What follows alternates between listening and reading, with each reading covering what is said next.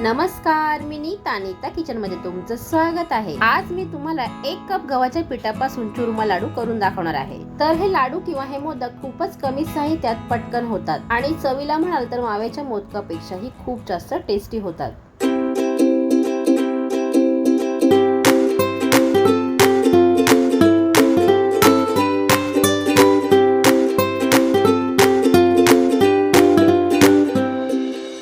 तर या लाडूसाठी इथे मी 1 कप गव्हाचं पीठ घेतलेलं आहे। तर आता या पिठामध्ये अगदी चवीपुरतं मीठ आणि 2 चमचे साजूक तूप टाकायचं आहे। आता हे साजूक तूप या पिठामध्ये चांगला एकजीव होईपर्यंत मिक्स करायचं आहे। जेवढं हे तूप या पिठामध्ये चांगलं मिक्स कराल तेवढे तुमचे लाडू एकदम खुसखुशीत होतील। तर इथे मी हे तूप या पिठामध्ये चांगला एकजीव होईपर्यंत मिक्स केलेलं आहे। तर हे पीठ भिजवण्यासाठी इथे मी अर्धे वाटीपेक्षा थोडा कमी दूध घेतलेला आहे। तुम्ही इथे दुधाऐवजी पाणी सुद्धा घेऊ शकता, पण दुधामुळे लाडू एकदम चविष्ट लागतात। तर हे पीठ चपातीपेक्षा थोडं घट्ट मळायचं आहे आणि अशा प्रकारे छोटे छोटे गोळे करून याचे असे उंडे करायचे आहेत। आता हे तयार केलेले पिठाचे गोळे आपल्याला तेलामध्ये तळून घ्यायचे आहेत। तुम्ही इथे तळण्यासाठी तेलाऐवजी तूप सुद्धा घेऊ शकता।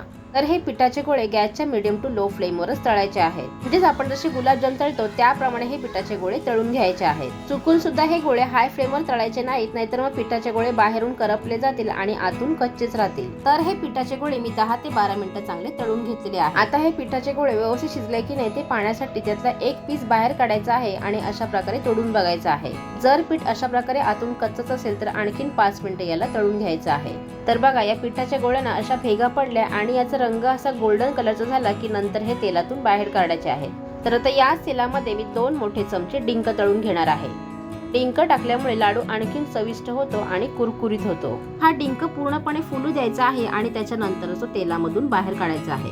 तर आता हा डिंक चांगला तळून झाल्यानंतर एका ताटामध्ये ठेवायचा आहे आणि थंड करून घ्यायचा आहे। तर इथे हे आपले पिठाचे गोळे सुद्धा चांगले थंड झालेले आहेत। तर आता या तळलेल्या गोळ्यांचे आपल्याला अशा प्रकारे बारीक बारीक तुकडे करून घ्यायचे आहेत आणि हे तुकडे एका मिक्सरच्या भांड्यामध्ये काढून घ्यायचे आहेत। आता हे मिक्सरला चांगले फिरून याची बारीक अशी पावडर तयार करायची आहे। तर आता ही तयार केलेली पावडर रव्याच्या चाळणीमधून चाळून घ्यायची आहे।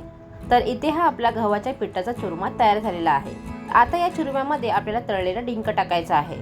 तर डिंक जर तुम्हाला इथे कुटून किंवा मिक्सरला फिरून घ्यायचा असेल तर तुम्ही तसाही घेऊ शकता। डिंक थोडा अख्खा राहिला तर लाडू खाताना चांगला कुरकुरीत लागतो। फक्त जास्त मोठा डिंक असेल तर त्याला अशा प्रकारे चमच्याने बारीक करून घ्यायचा आहे। आता मी इथे गॅसवर एक पॅन ठेवलेला आहे आणि त्याच्यामध्ये 1 चमचा साजूक तूप टाकलेला आहे। आता या तुपावर थोडे ड्रायफ्रूट तळून घ्यायचे आहेत। तर इथे मी 10 ते 12 काजू आणि 10 ते 12 बदाम बारीक चिरून याच्यामध्ये टाकलेले आहेत। तर आता याच पॅन मध्ये आपल्याला इथे गूळ वितळवायचा आहे। तर गूळ टाकायच्या आधी या पॅन मध्ये 4 मोठे चमचे साजूक तूप टाकायचं आहे आणि या तुपावर अर्धी वाटी बारीक चिरलेला गूळ टाकायचा आहे।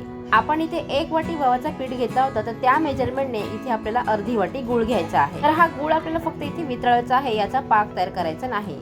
आता हा गूळ चांगला वितळला की लगेच या पिठाच्या चुरम्यावर टाकून घ्यायचा आहे आणि एका पळीच्या किंवा चमच्याच्या सहाय्याने पटापट हे मिश्रण मिक्स करायचं आहे। तर हे मिश्रण चांगलं मिक्स केल्यानंतर याच्यामध्ये अर्धा छोटा चमचा वेलची आणि जायफळची पूड टाकायची आहे आणि ही वेलचीची पूड सुद्धा या मिश्रणामध्ये व्यवस्थित मिक्स करून घ्यायची आहे। तर आता हे मिश्रण तयार झाल्यानंतर एका मोदकाच्या साच्यामध्ये भरून घ्यायचं आहे। तर लक्षात ठेवा, हे मिश्रण साच्यामध्ये भरताना एकदम घट्ट असं दाबून भरायचं आहे। जर हलक्या हाताने हे मिश्रण साच्यात भरलं तर मग मोदक आपला तुटू शकतो। तर बघा, इथे या साच्यामध्ये संपूर्ण मिश्रण भरून झाल्यानंतर आणि व्यवस्थित प्रेस केल्यानंतर यातला मोदक काढून घ्यायचा आहे। बघा, किती कमी वेळात पटकन असा हा मोदक तयार झालेला आहे। आता याच पद्धतीने आपल्याला बाकीचे मोदक सुद्धा तयार करून घ्यायचे आहेत। तर बघा, फक्त 1 कप पिठापासून माझे इथे 11 मोदक तयार झालेले आहेत। ऍक्च्युली हा मोदकाचा साचा थोडा मोठा होता, त्यामुळे हे मोदक थोडे कमी झालेले आहेत। जर तुम्ही ते छोटा साचा वापरला तर मग तुमच्या इथे भरपूर असे मोदक तयार होतील। इथे तुम्हाला याचे मोदक करायचे नसले तर तुम्ही याचे लाडू सुद्धा वळू शकता। तर चला, आजची ही माझी सिंपल अशी मोदकाची रेसिपी तुम्हाला आवडली असेल तेवढे नक्की लाईक करा, शेअर करा आणि आपल्या चॅनलला सबस्क्राईब करा। पुन्हा भेटूया अशाच एका नवीन रेसिपी सोबत। तोपर्यंत बाय।